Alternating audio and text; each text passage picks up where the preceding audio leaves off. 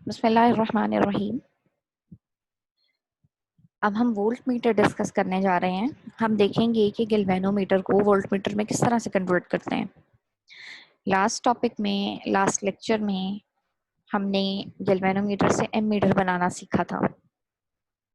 अब हम गैल्वेनोमीटर से वोल्ट मीटर बनाना सीखेंगे। ठीक है, तो सबसे पहले देखते हैं कि वोल्ट मीटर है क्या।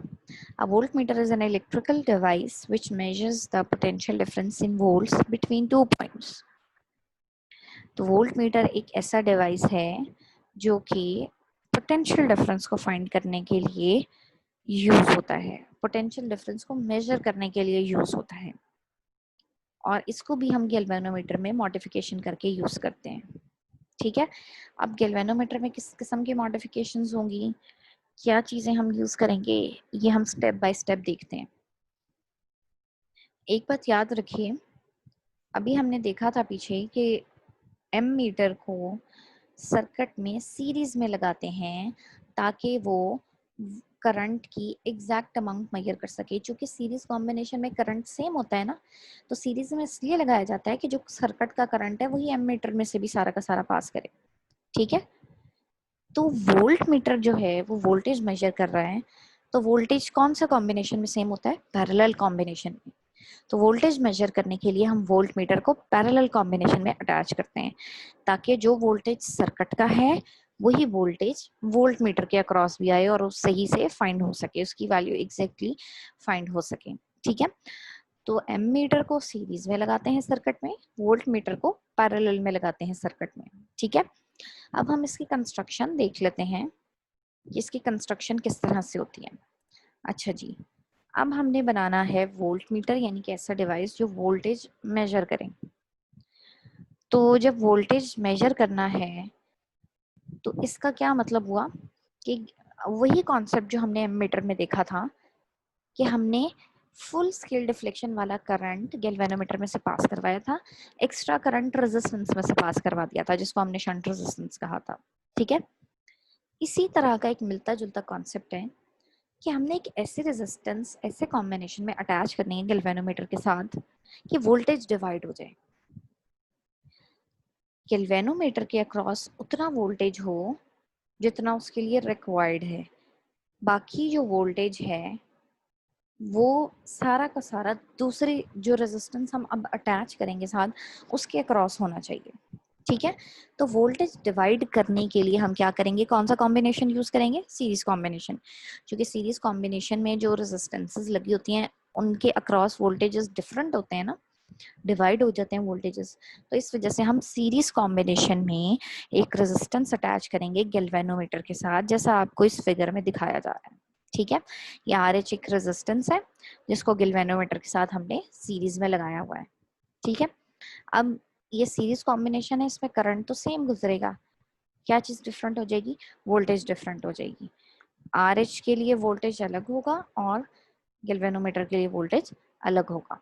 ठीक है, तो इसको पढ़ते हैं, देखते हैं डिटेल में। Since a volt meter is always connected in parallel, it must have a very high resistance so that it will not short the circuit across which the voltage is to be measured. Short circuit का concept मैं आपको समझा दूं। For example आपके पास एक circuit है जिसमें से करंट पास कर रहा है। ठीक है, अगर उस सर्किट में मैं कंपोनेंट्स हटाकर, फॉर एग्जाम्पल आपके पास एक बहुत हैवी बल्ब लगा हुआ है जिसमें से करंट पास कर रहा है। ठीक है, अगर मैं उस बल्ब को उतार कर बस एक सादी सी कनेक्टिंग वायर लगा दूं, बहुत हैवी करंट गुजारा है सर्किट में से, तो जब मैं सर्किट में सिर्फ एक कनेक्टिंग वायर लगाऊंगी, एक हल्की सी तार लगाऊंगी, हल्की सी वायर लगाऊंगी, तो क्या होगा कि जो आपका करंट है चूंकि हैवी अमाउंट में है, वो आपकी उस छोटी सी वायर को, चूंकि वो उसको बर्दाश्त नहीं कर पाएगी, उसकी रेजिस्टेंस थोड़ी होगी, तो वहाँ पे बर्निंग हो जाएगी। ठीक है, स्पार्किंग शुरू हो जाएगी और आप समझ लें कि वो मेल्ट हो जाएगी वायर, या जिस तरह भी वो उसका स्ट्रक्चर खराब होता है उस तरह होगा।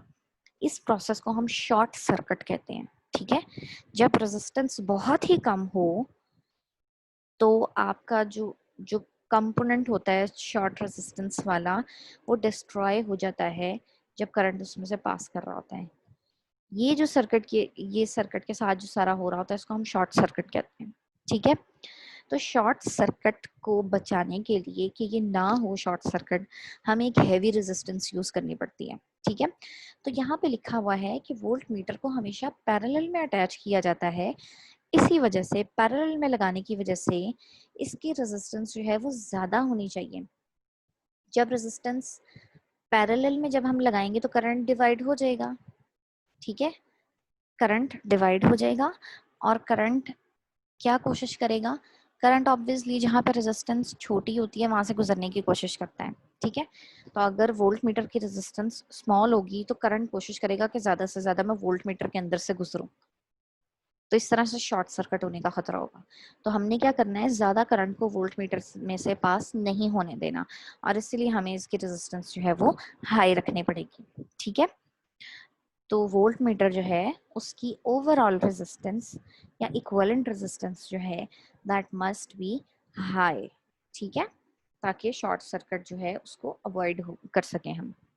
This is achieved by connecting a very high resistance RH placed in series with the meter movement।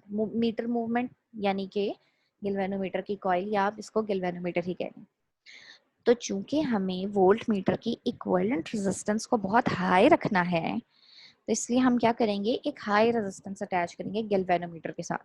ठीक है, तो गैल्वेनोमीटर की इटसेल्फ रेजिस्टेंस थोड़ी ही होती है, तो जब हम इसके साथ एक हाई रेजिस्टेंस अटैच करेंगे तो सीरीज में इक्विवेलेंट रेजिस्टेंस आपको पता है ऐड करके आती है।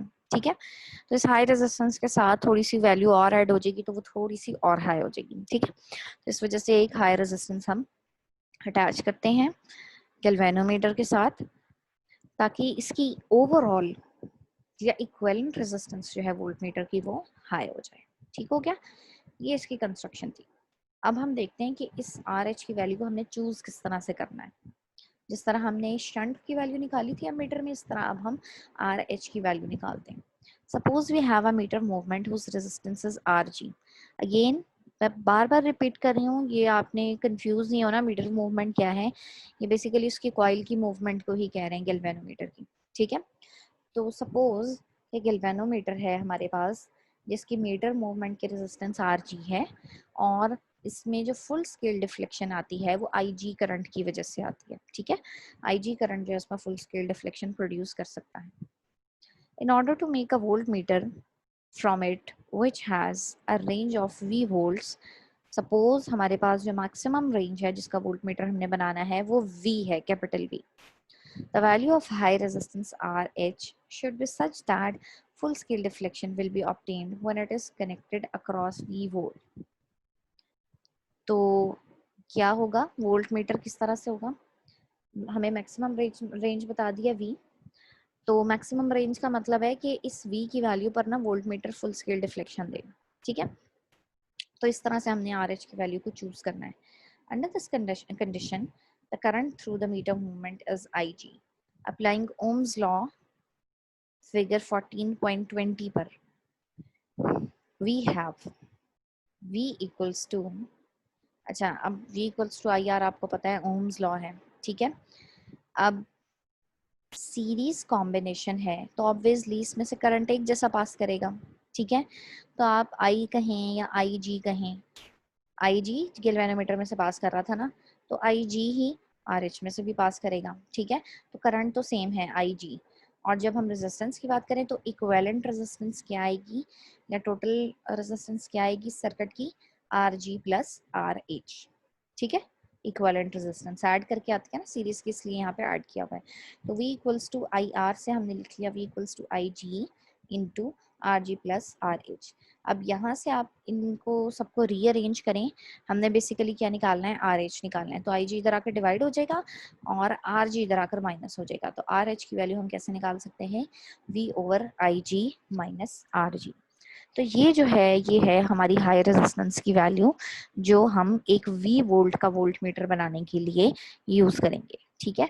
तो ये गैल्वेनोमीटर का करंट हो गया, गैल्वेनोमीटर की रेजिस्टेंस हो गई, और ये वो मैक्सिमम रेंज है जिसका वोल्टमीटर हमने बनाना है गैल्वेनोमीटर से। ठीक है, तो इस फॉर्मूले से आप RH की वैल्यू कैलकुलेट कर सकते हैं। अब हमने RH की वैल्यू चूज कर ली और उसको लगा भी दिया गैल्वेनोमीटर के साथ। अब हमने अब चूंकि देखें एमीटर में हमने स्केलिंग नहीं की थी, स्केलिंग को नहीं छेड़ा था। उसकी वजह ये है कि गैल्वेनोमीटर करंट को ही डिटेक्ट कर रहा था ना, तो उसके यूनिट्स पहले ही एम्पेयर में थे।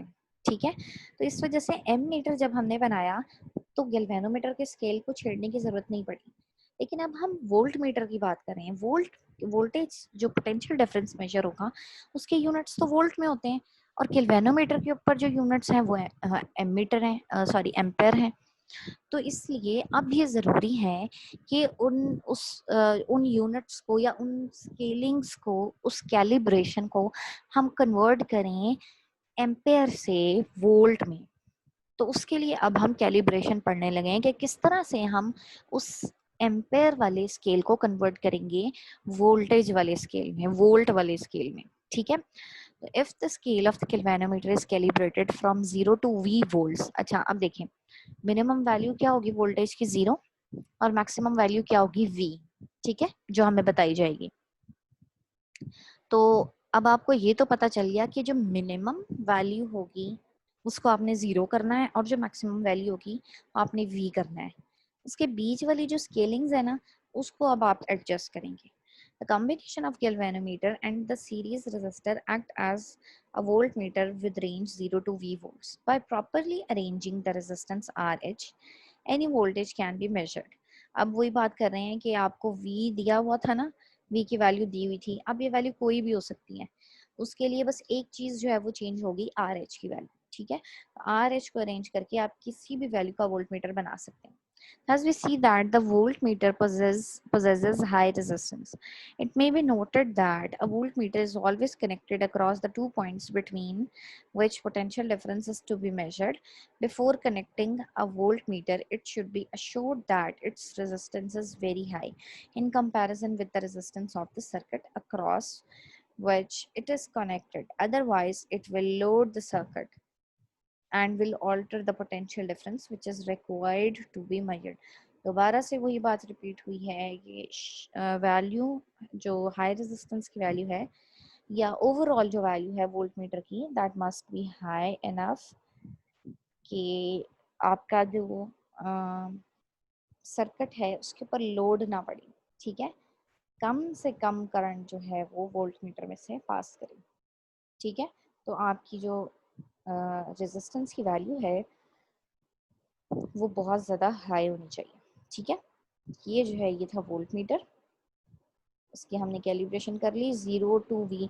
यानी कि अगर आपके पास एक गैल्वेनोमीटर है, आपने 30 वोल्ट का वोल्टमीटर बनाना है उससे, तो 0 मिनिमम वैल्यू हो जाएगी, 30 मैक्सिमम, और उनके बीच में जो कैलिब्रेशंस हैं आप उनको 30 इक्वल पार्ट्स में डिवाइड कर देंगे। तो इस तरह से आपकी स्केलिंग भी हो जाएगी। और फिर हमने लास्ट पे देखा कि वोल्टमीटर की रेजिस्टेंस जो है वो हाई होनी चाहिए।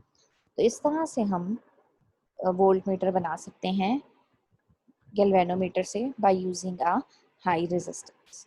Thank you.